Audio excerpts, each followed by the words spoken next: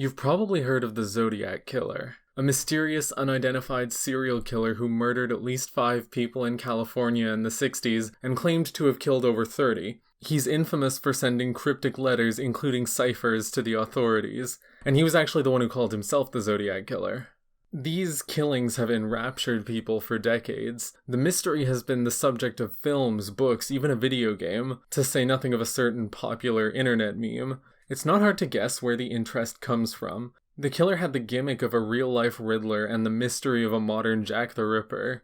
Well, now it's being said that that mystery is solved. I'm recording this in the evening on October 6th, 2021, and earlier today it was reported that the Zodiac Killer is Gary Francis Poste, a house painter and army vet from California who died in 2018, 3 years ago. There's been a lot of buzz about this. I've been seeing memes and jokes and comments all over. But what I haven't really seen much of is skepticism. Even the most cursory research shows that over a dozen different people have been earnestly posited as being the Zodiac Killer for decades. At least one person has allegedly confessed to it. Anybody can make a claim, so why is this story being taken seriously? What's so definitive about it? Let's take a look.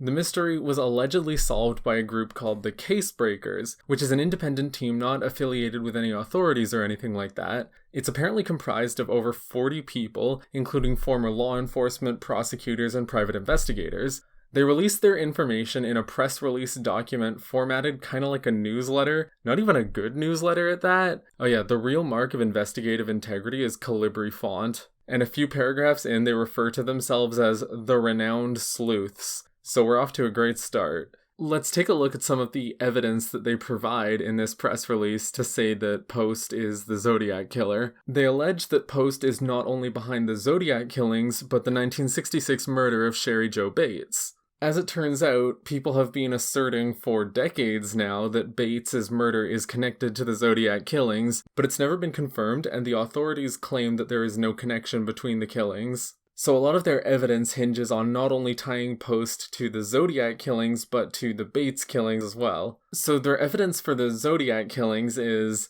apparently in a photo of him, he has scars on his forehead that match those seen in police sketches of the Zodiac Killer. And it might just be me, but I'm not really seeing scars. I'm seeing maybe wrinkles or creases, but I don't know about scars.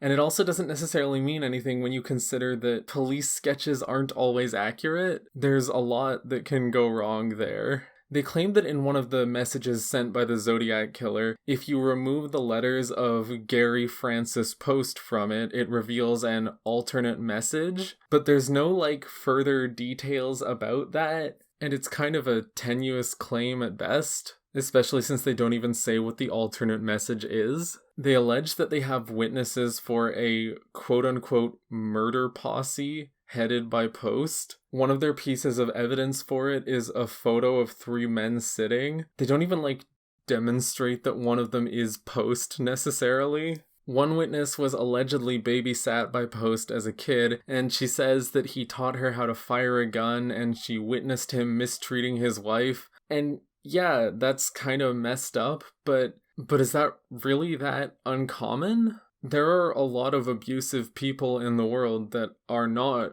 serial killers. This witness goes on to say that she contacted Poste's wife, who said, "I'm sorry that I didn't tell the cops about his past," and Zodiac is inserted in brackets there. This sentence is given no context. If you see a sentence like that and you have already presupposed that this guy is the Zodiac Killer, you're going to take the sentence as further confirmation of that, you know? Moving on to their evidence for Sherry Jo Bates, apparently Poste would get checkups at a hospital 15 minutes from the site of the murder. Again, doesn't really mean anything. Is that 15 minutes on foot or by car? Is being within 10 miles of a crime scene probable cause now? A wristwatch with paint stains was found at the crime scene, and Poste worked as a house painter for decades. But isn't that just an appeal to probability? Here's a wristwatch with a paint stain, and here's a guy who worked with paint.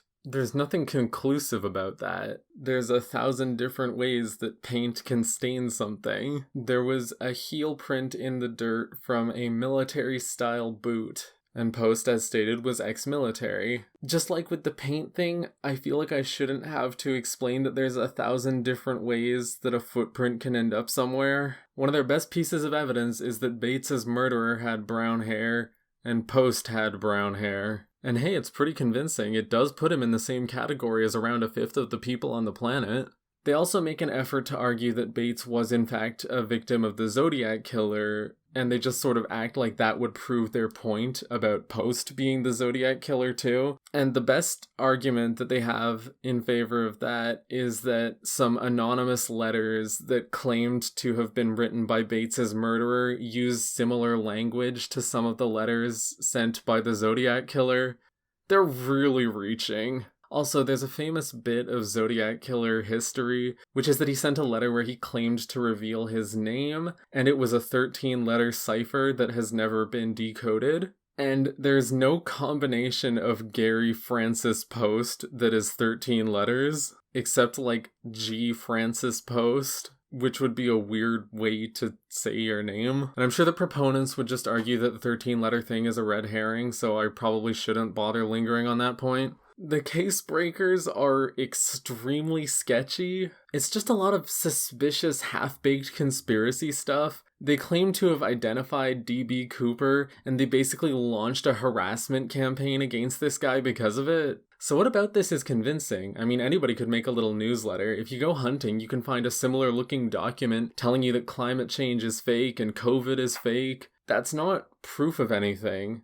Does this evidence really sound like it would be admissible in a court of law? If anything, it all sort of reads like an exercise in confirmation bias. It's a group of people that wanted to be the ones who found the Zodiac Killer. They found someone who seemed like he could maybe be the Zodiac Killer, and they just sort of started construing all information they could find into proving their point, and some dead guy just becomes their scapegoat. So why are we all taking this as fact? Most of their claims collapse under even mild scrutiny. Well, I think most people probably haven't seen the press release itself, only the news articles about it.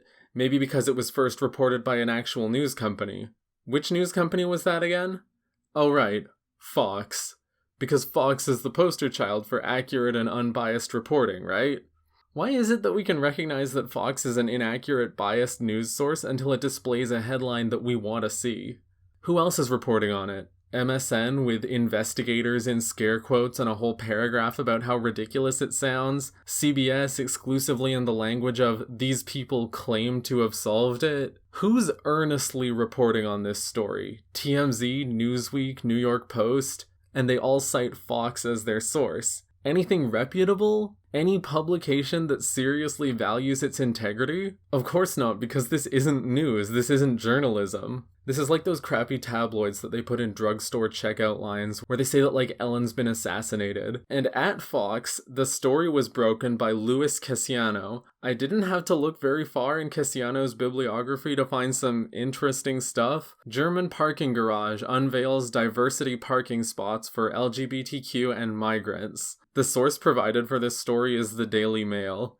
You know, the conservative tabloid that Wikipedia prohibits as a source. The story alleges that these rainbow-decorated parking spaces may only be used by so-called diverse people. A lot of the argument hinges on the slogan written on the rainbow, which they translate as diversity parking spaces. A quick search tells that while Vielfalt can mean diversity, it also means variety of. It seems more likely to me that this is like variety of parking spots or diversity of parking spots, you know, like a wordplay. These parking spots are diverse, just like people or whatever. It's just the same kind of manufactured outrage that you always see around rainbow flags and Starbucks cups coming out of like Fox News and InfoWars. Cassiano's article literally includes a quote from the company's chairman saying that these spaces are not reserved for any specific category of person. And he's also written about other sensationalist nonsense, about all the talking points that Trump fans love. I was gonna keep going about an article he wrote about the whole critical race theory controversy, but it was just depressing me. This is not someone who seems invested in journalistic integrity.